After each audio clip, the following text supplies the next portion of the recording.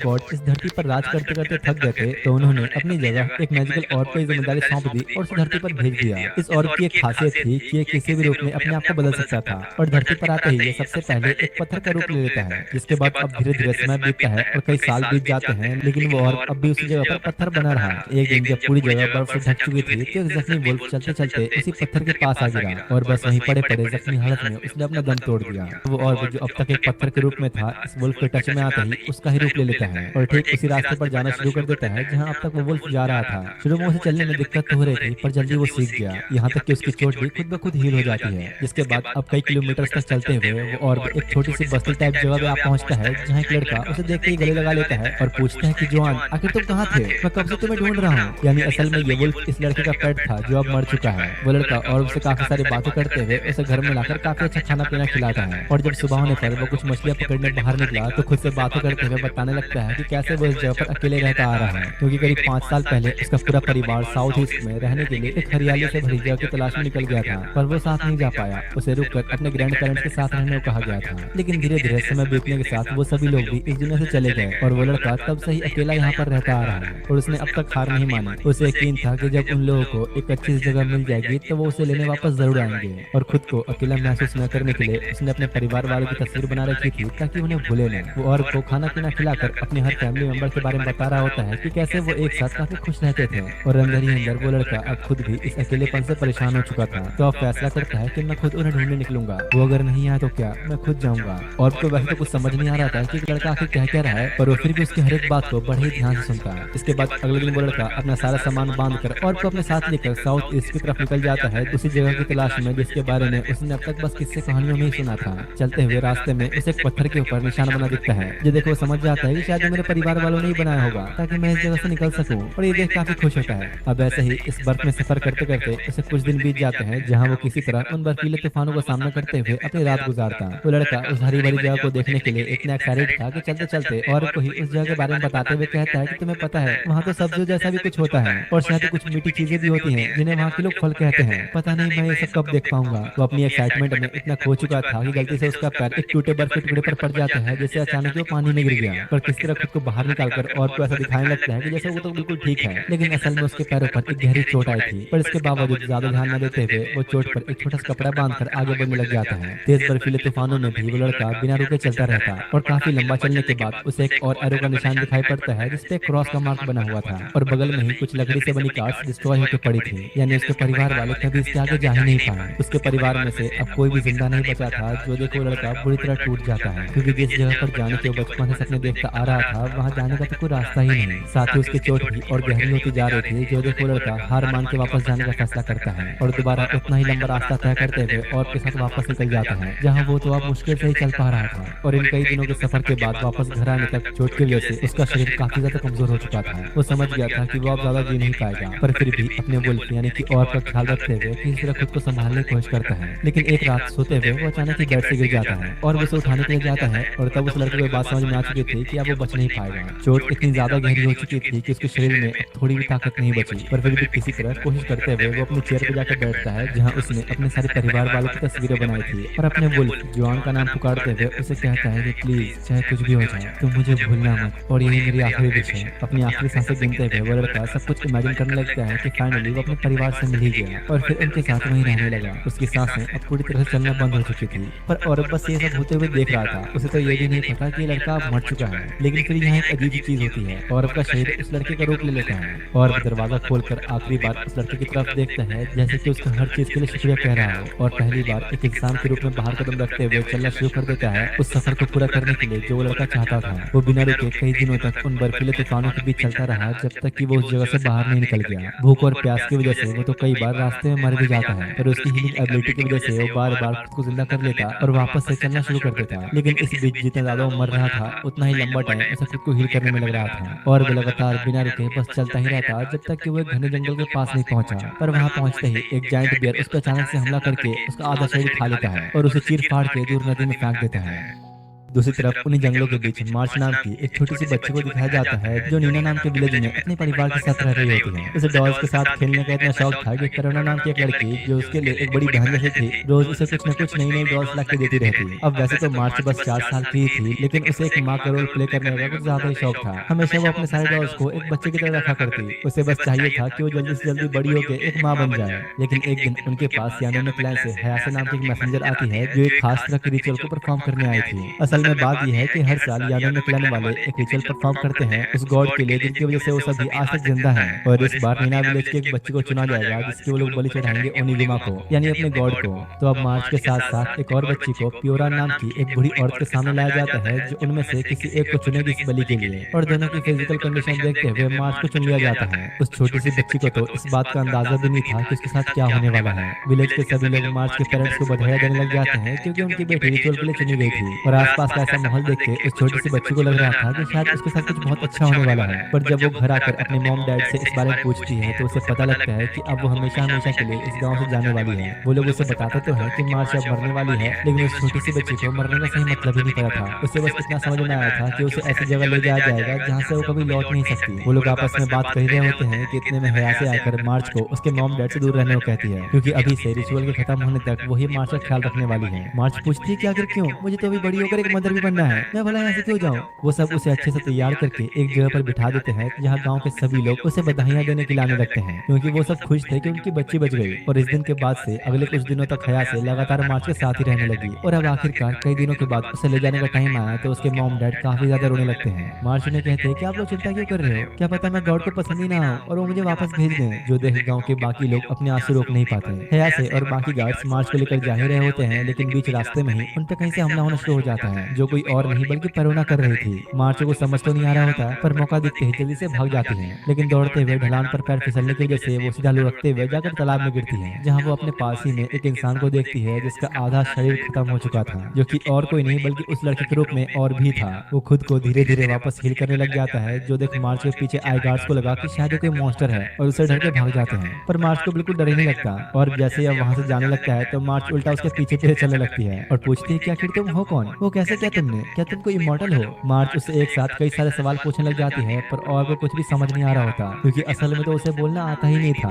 दूसरी तरफ हयासे ने किसी तरह करुणा को पकड़ लिया होता है कि तभी गार्ड्स आके बताते हैं कि उन्होंने कैसे जंगल में एक मॉन्स्टर को देखा। इधर बेचारी मार्च को बहुत गुस्सा आने लगता है कि आखिर कुछ बोल क्यों नहीं रहा और डांटने लग जाती है, लेकिन तभी और भी रुक के पेड़ में लगे फलों की तरफ देखने लग जाता है। मार्च समझ गई थी कि शायद ये भूखा है और कहती है कि ठीक है मैं तुम्हारे लिए इसे तोड़ देती हूँ। वो पेड़ पर चढ़ के कुछ फलों को तोड़कर देती तो है पर वो एकदम से उस पर कुत्ते की तरह झपट कर नीचे गिराकर खाने लग जाता है। वो उसी तरह से हरकत कर रहा था जैसे वो अपनी भेड़िया वाली फॉर्म में क्या करता था। मार्च उसे बहुत समझाने की कोशिश करती है पर वो नहीं मानता और उसकी ऐसी हालत देख के साफ पता चल रहा था कि वो काफी भूखा है। तो बेचारी अब क्या करती, वो तो उसकी बात सुनने को तैयार ही नहीं था और रोते हुए ही उसकी तरफ सारे फलों को फेंकने लग जाती है जिसे वो अभी झपट झपट खा रहा था। तो इस वीडियो में आगे बढ़ने से पहले मैं तुम लोगों को बता दूं कि आजकल के टाइम में काफी ज्यादा चीजें अनस्टेबल से चल रही है। अब अपनी कहानी पे वापस आते हैं। मार्च कहते हैं कि देखो यार मैंने इतना किया तुम्हारे लिए, कम से कम थैंक्स तो कहो। पर बेचारा कुछ बोल तो सकता नहीं था तो मार्च अब खुद उसका मुंह पकड़ के बुलवाती है कि देखो ऐसे बोलते हैं थैंक यू। पेट भर खा लेने के बाद वो दोनों एक सेफ जगह ढूंढकर रात बिताने के लिए सो जाते हैं, लेकिन इसी बीच सोते हुए मार्च एक डरावना सपना देखती है कि उसके भाग जाने के बाद उसकी जगह करुणा की बलि दी जा रही थी, जो देखो डर के मारे उठ गई और वापस हयास के पास जाने का फैसला करती है और को बिना कुछ बताए। पर कुछ देर बाद वो उसकी खुशबू का पीछा करते करते मार्च तक पहुंच ही जाता है। तो पूछती कि आखिर तुम मेरे साथ क्यों आ रहे हो, जाओ ना यहाँ से। और पीछे छुड़ाने के लिए पेड़ से उसे कुछ फल तोड़कर दे देती है, लेकिन वो दोबारा से ही पीछे आने लग जाता है। तो मार्च अब रुककर उससे बातें करने की कोशिश करती है ताकि उसके बारे में जान सके कि वो कहाँ से आया है। और क्योंकि और एक मोटल था तो मार्च उसे एक नाम देती है जो कि है खुशी। और बस इसी दिन के बाद से उसे अब एक नाम मिल गया। दूसरी तरफ हया से अपने दोनों गार्ड्स को करुणा के पास छोड़कर मार्च को ढूंढने के लिए निकल गई होती है। तो उनका ध्यान भटका देख करुणा एक चाकू निकालकर रस्सी को काटने लग गई, पर इससे पहले कि वो निकल पाती एक जायंट बियर अचानक जंगलों से उनकी तरफ ही आने लग जाता है जिसने खुशी पर भी अटैक किया था और कुछ सेकंड्स के अंदर ही एक गार्ड को खत्म कर देता है, जो देख दूसरा डर के मारे वहां से भाग जाता है। लेकिन करुणा अभी वहीं थी और बहुत तेजी से चाकू चलाते हुए एंड मोमेंट पर अपना हाथ खोलकर तीर कमान लेते हुए जल्दी से वहां से भाग जाती है। पर बचने के चक्कर में ही वो भागते भागते सामने एक खाई में जाकर गिर गई। वहीं दूसरी तरफ हयासे ने मार्च को ढूंढ लिया होता है जो कि खुशी के साथ थी।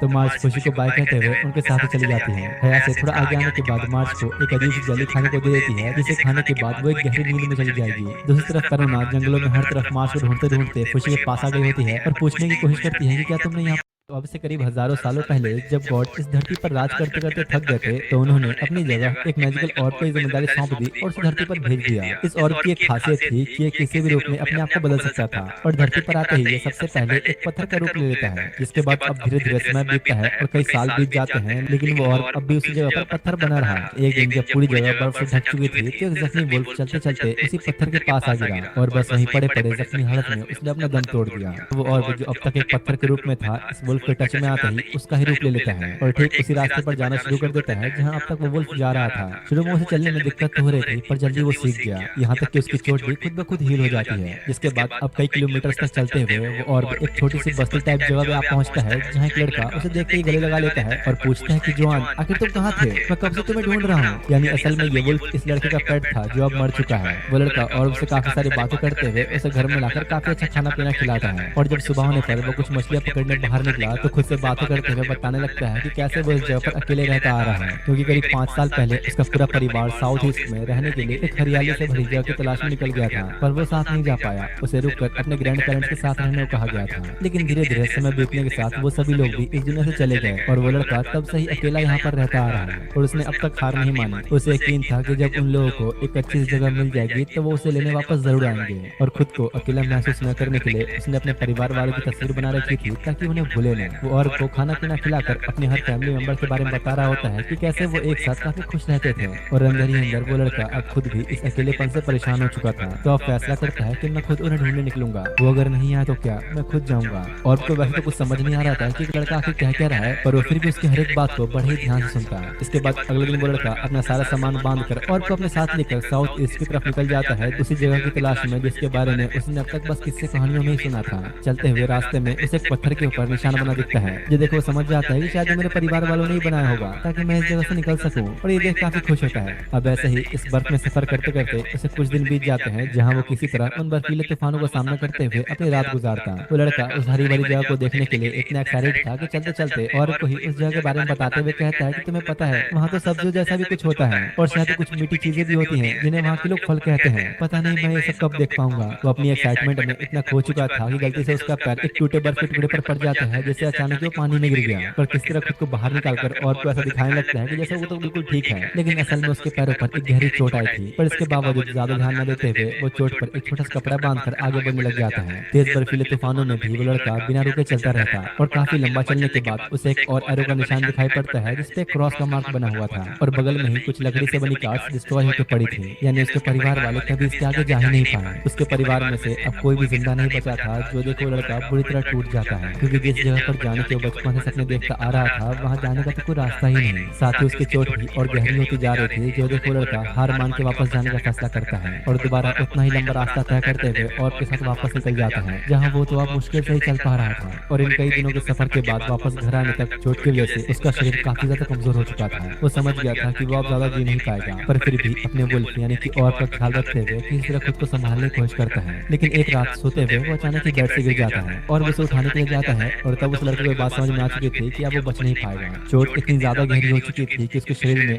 थोड़ी भी ताकत नहीं बची, पर फिर भी किसी तरह कोशिश करते हुए वो अपनी चेयर पर जाकर बैठता है जहाँ उसने अपने सारे परिवार वालों की तस्वीरें बनाई थी और अपने वुल्फ जॉन का नाम पुकारते हुए उसे कहता है कि प्लीज चाहे कुछ भी हो जाए तो मुझे भूलना मत और यही मेरी आखिरी विश है। अपनी आखिरी सांसें गिनते हुए वो लड़का सब कुछ इमेजिन करने लगता है कि फाइनली वो अपने परिवार से मिल ही गया और फिर उनके साथ वहीं रहने लगा। उसकी सांसें अब पूरी तरह से चलना बंद हो चुकी थी, पर औरत बस ये सब होते हुए देख रहा था। उसे तो ये भी नहीं पता कि लड़का अब मर चुका है। लेकिन फिर यहाँ एक अजीब चीज होती है, औरत का शरीर उस लड़के का रूप ले लेता है और दरवाजा खोलकर आखिरी बार उस लड़के की तरफ देखता है जैसे कि उसका हर चीज के लिए शुक्रिया कह रहा हो और पहली बार एक इंसान के रूप में बाहर कदम रखते हुए चलना शुरू कर देता है उस सफर को पूरा करने के लिए जो वो लड़का चाहता था। वो बिना रुके कई दिनों तक उन बर्फीले तूफानों के बीच चलता रहा जब तक कि वो उस जगह से बाहर नहीं निकल गया। भूख और प्यास की वजह से वो तो कई बार रास्ते में मर भी जाता है, पर उसकी हीलिंग एबिलिटी की वजह से वो बार बार खुद को जिंदा कर लेता और वापस से चलना शुरू कर देता। लेकिन इस बीच जितना ज्यादा वो मर रहा था उतना ही लंबा टाइम उसे खुद को हील करने में लग रहा था और वो लगातार बिना रुके बस चलता ही रहता जब तक कि वो एक घने जंगल के पास नहीं पहुंचा। पर वहां पहुंचते ही एक जायंट बियर उस पर अचानक से हमला करके उसका आधा शरीर खा लेता है और उसे चीर फाड़ के दूर नदी में फेंक देता है।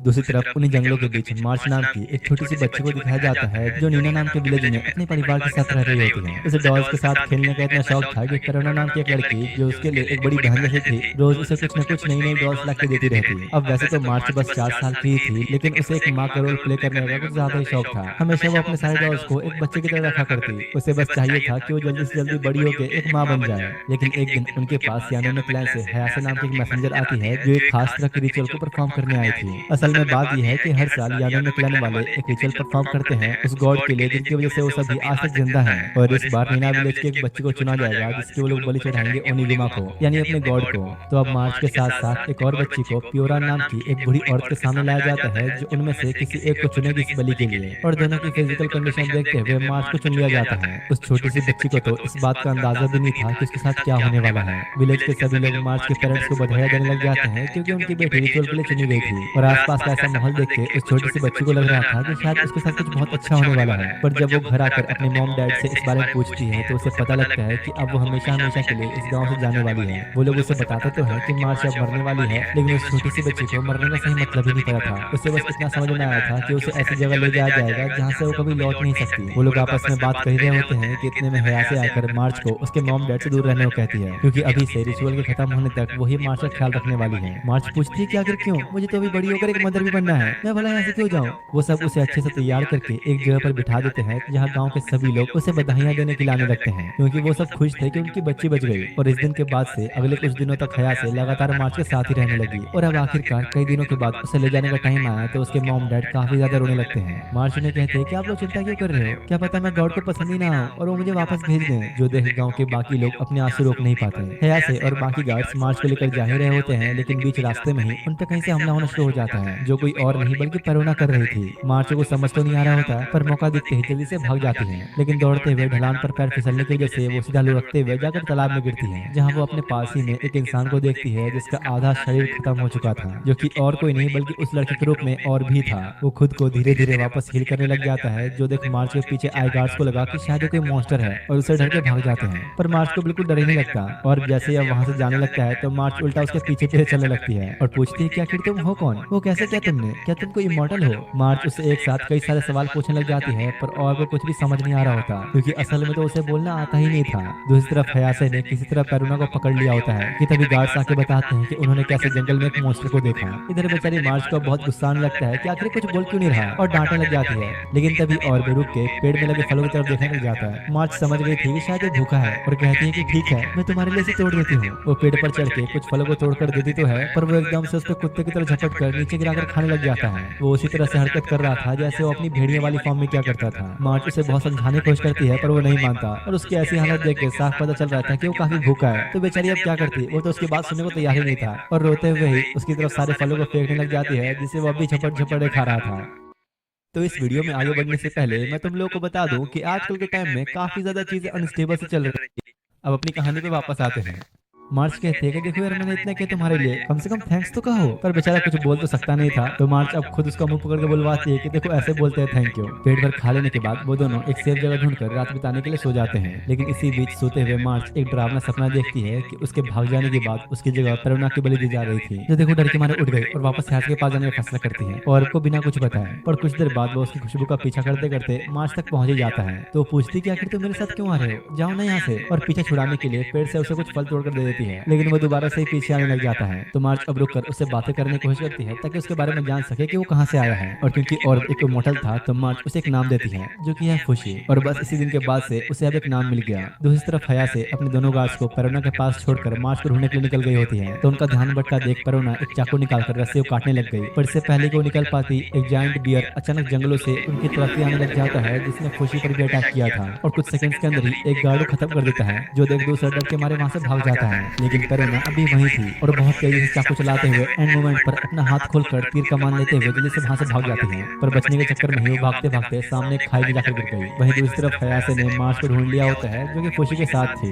तो मार्च खुशी को बाय कहते हुए उनके साथ ही चली जाती है। हयासे थोड़ा आगे आने के बाद मार्च को एक अजीब सी जली खाने को दे देती है जिसे खाने के बाद वो एक गहरी नींद में चली जाएगी। दूसरी तरफ करुणा जंगलों में हर तरफ मार्च को ढूंढते ढूंढते खुशी के पास आ गई होती है और पूछने की कोशिश करती है कि क्या तुमने यहाँ